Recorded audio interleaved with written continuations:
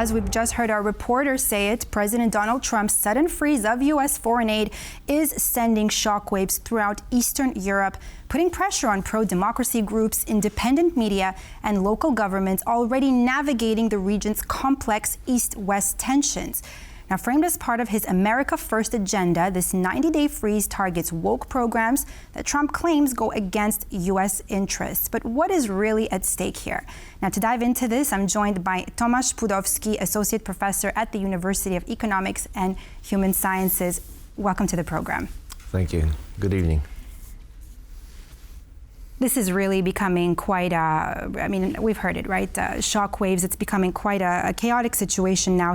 Trump's decision to suspend U.S. foreign aid, including the shutdown of the organization, really putting pressure on pro-democracy groups, independent media. What would you say is Trump's real reasoning behind this entire move?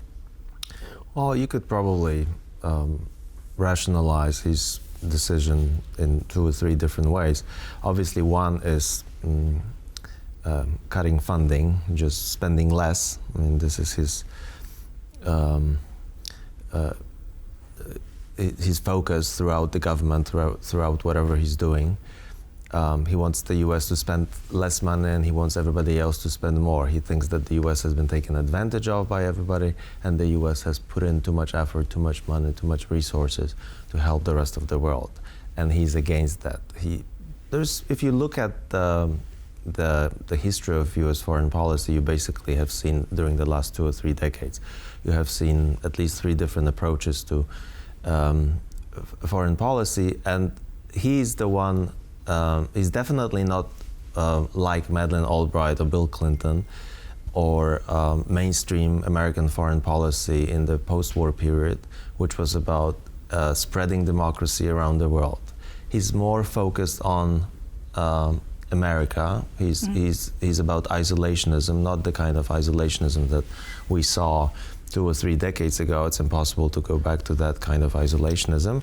But he's also not like Bush Jr. In which was in his administration, which was about spreading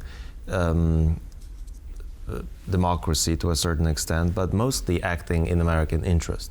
So I think we see a different kind of foreign policy. I think it's destructive. I think it's unnecessary. I think USAID has been very active, has been very helpful. I remember it being a student in the 90s, USAID, I heard that term very often. A lot of conferences that were organized in Poland, freshly out of communism, were organized by. Well, that's what I was going to tell you. I mean, all these countries that really depended on the state. I mean, billions of dollars are being invested into countries like Moldova, Serbia, Kosovo. Post all former communist countries, of course, with aspirations of joining the EU. I mean, how do you think that this is going to the suspension of the state is going to affect the region in the long term? Well, it's not going to help, obviously, and a lot of people, a lot of organizations, a lot of opposition movements have been counting on this money, a lot of minority groups as well. So you see a lot of, you could explain this in a number of ways. Obviously, most of these organizations being supported are progressive. They support democracy, they support minority rights, they support free media, they act against tyranny, and so on and so forth. So Trump is against some of these, especially what he sees as radically left-wing, the so-called woke culture. But there was no woke culture in the 90s. Maybe woke culture is extreme, but I wouldn't say that it's mainstream in the world. Definitely not in Eastern Europe. Societies are not where American Democrats are, especially of the younger generation. So I think they've been doing much more good than bad. And he's also trying to say that he's doing this to counter money laundering. Maybe some money was misspent, as it always is in large organizations that have large budgets. Maybe some of the money should have been spent better, but I wouldn't say that this is a money laundering scheme. At least he didn't give any examples. Okay, I mean, a number of Polish media outlets as well and NGOs are also going to be affected. What can you tell us about the impact that it's going to have on Poland? Mm-hmm.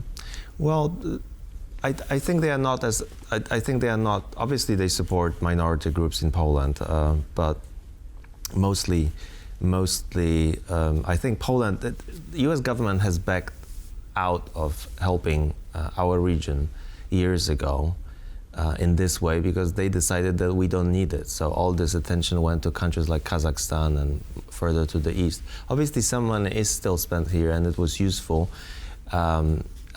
So minority human rights organizations are going to suffer as a result of that. But I'm afraid there's nothing that we can do. I mean, according to US Constitution, the president is just a single one-person executive power, so whatever he decides, he's going to do. Professor, let me shift gears here. Now, President Trump has designated former publisher and CEO of the Jerusalem Post, Thomas Rose, for ambassador to Poland. Now, Rose took to platform X, and I just want you to take a moment to see what it is that he wrote. I am deeply honored and profoundly humbled to be asked by our history-making president to serve as ambassador to Poland.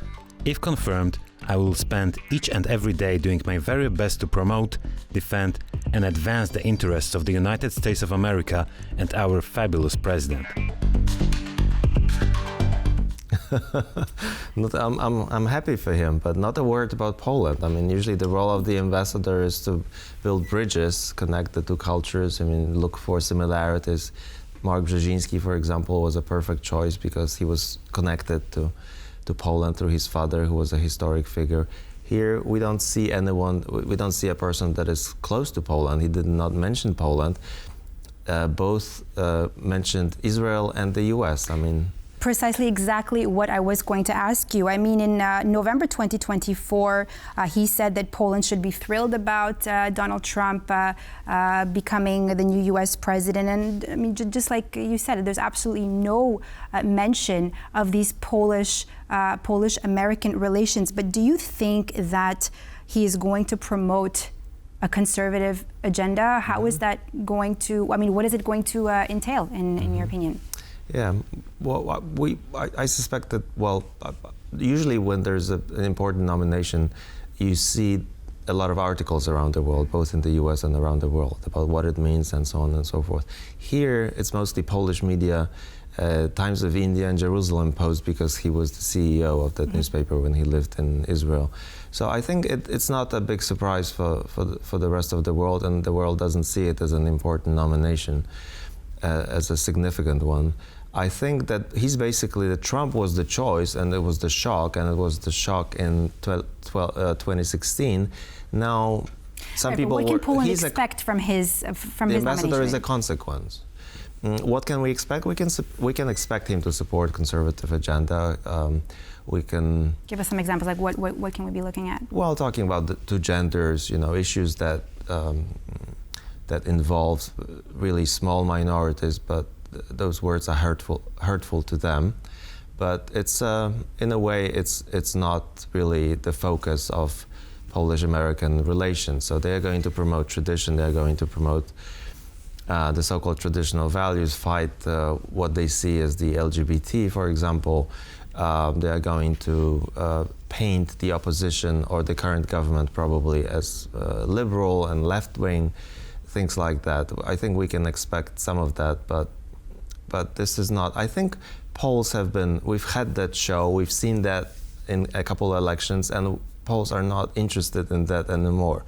We're not going to be fighting over this anymore. I think we have more important issues, such as economic issues, for example, or the war in Ukraine, which is a real threat to our safety, prices, which is an important issue around the world. One of the ways to make or break elections. So I don't think that this is going to work. I don't think that people are going to get aggravated or.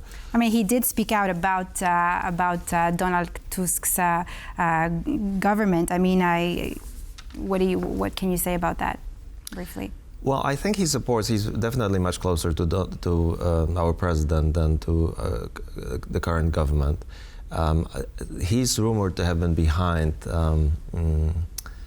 our president's President Duda. President Duda's vocal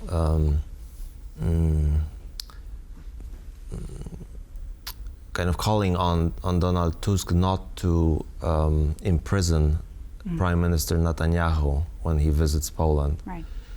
And this was a plot, supposedly. I mean, this is the most common take, that this was a plot to get Donald Tusk in trouble because he would have to choose between Israel and the US as Poland's important allies, and the EU law and international law. But that was blown out of proportion, and I think it didn't amount to much. Rose did call Polish president the best friend inside the European Union that America ever had. Yes. I think both him. I mean, we're going to hear from him what we've heard from Donald Trump. So he's going to be allies with right-wing politicians. Thank you so much, Tomasz Płudowski. That's all the time we have for today. Thank you. All your insight. Thanks for being with us here. And that's all for this edition of World News Tonight here on TVP World. I'm Diana Skaya. Thanks for watching.